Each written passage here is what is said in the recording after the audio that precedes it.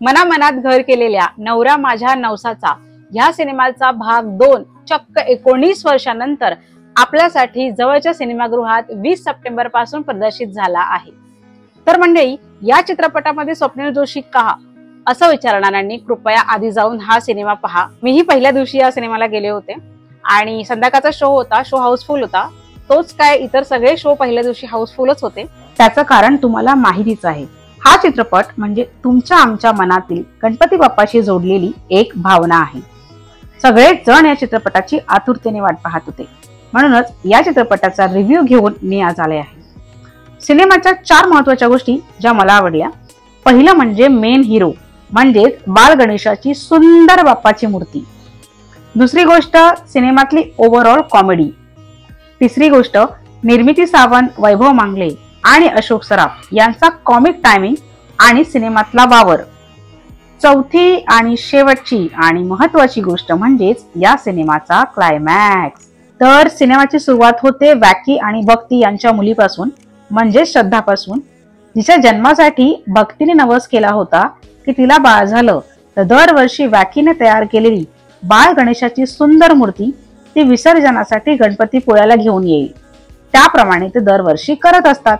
आता मुलगी मोठी होऊन त्यांच्या मुलीचं लग्न जमणार असतं, त्यामुळे तो नवस आता जावयाने पुढे न्यायचा असं ते होणाऱ्या जावयाला म्हणजेच स्वप्नील जोशीला सांगतात। पण तो नास्तिक असल्यामुळे हे करायला नकार देतो आणि त्या निराशेमुळे श्रद्धा म्हणजेच हेमल बाप्पावर असलेल्या तिच्या विश्वासामुळे अजून एक नवस बोलते। आता हा नवस नक्कीच थोडा ऐकायला कठीण वाटतो, त्यामुळे तिचा हा नवस पूर्ण होणार का आणि कसा होणार या सगळ्याचा प्रवास या सिनेमात दाखवला गेला आहे। ओव्हरऑल एंटरटेनिंग सिनेमा आहे, जो हसवतो, रडवतो आणि मनोरंजन करतो।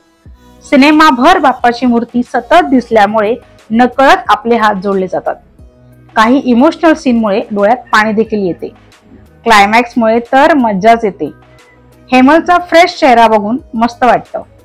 निर्मिती सावंत, वैभव मांगले, अशोक मामा यांच्या कॉमिक टायमिंगने प्रेक्षकांना धरून ठेवलंय। सचिन आणि सुप्रिया दोघेही ओके ओके आहेत।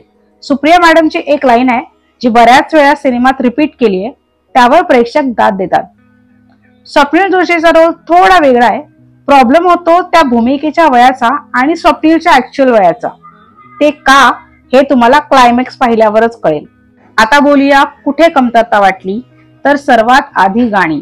कारण आधीची गाणी मला तरी ऑलमोस्ट तोंडपाठ आहेत, होप सो तुम्हाला सुद्धा असतील। आणि यात तोंडपाठ तर सोडाच, पण का आहेत ही गाणी असा प्रश्न पडतो। काही डायलॉग आणि कॅरेक्टर जबरदस्ती घुसवलेत असं वाटतं, त्यामुळे हा चित्रपट थोडा लांबलाय असंही वाटतं। पण नॉस्टॅल्जिया म्हणून या गोष्टींकडे इग्नोर करून एंटरटेनमेंट म्हणून हा चित्रपट नक्कीच पाहू शकतो। येस, लॉजिकल डोकं थोडं बाजूला ठेवून। तर मंडळी, माझ्या मते बऱ्यापैकी चालणार आहे हा सिनेमा। तर तुम्ही पण तुमच्या फॅमिली सोबत एकत्र जाऊन हा सिनेमा एन्जॉय करा।